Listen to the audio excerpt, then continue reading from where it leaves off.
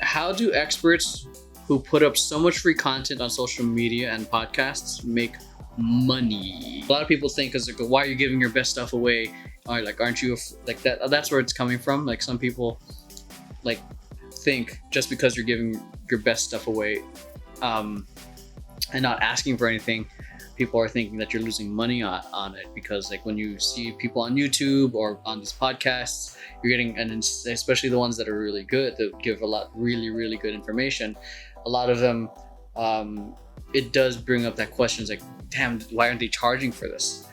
How they make money is they can either sell, like they either monetize their audience. Like some people, this is where it gets a little like gray for some people, because there are some people who strongly believe that you shouldn't monetize your audience via the information you give, because if you monetize your audience through the information, that means you're kind of in a situation where you give only like 60% of your stuff, and then you give your best like later if they join your mastermind or if you join your online course.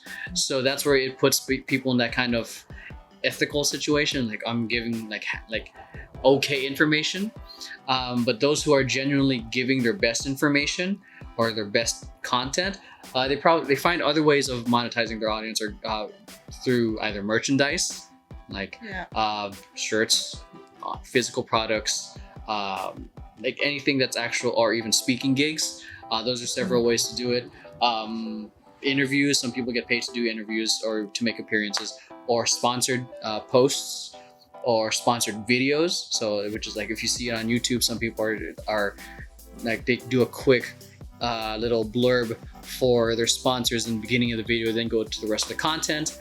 Or even Instagram influencers, these guys make a living off monetizing their platform just through posting brand sponsored posts. Or they also have an actual business that they run on the side, or they actually have a main primary business. So some of these people you see online, they might have a regular job, or they might have an actual business where they run, and these social media platforms, or their personality on these platforms, is just a hobby or a side hustle they do for fun.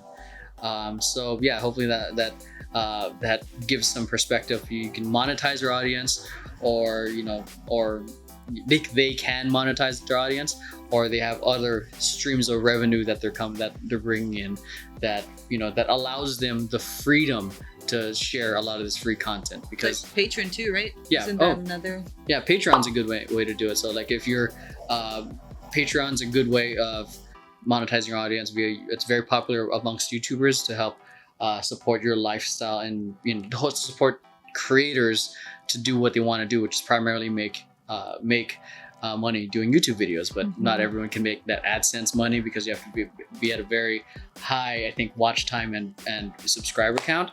And getting there is very much the long game, and those who want support to do what they love. And it's to backtrack real quick, to be at that top 1% of YouTube takes a lot of work, and it's very much the long game.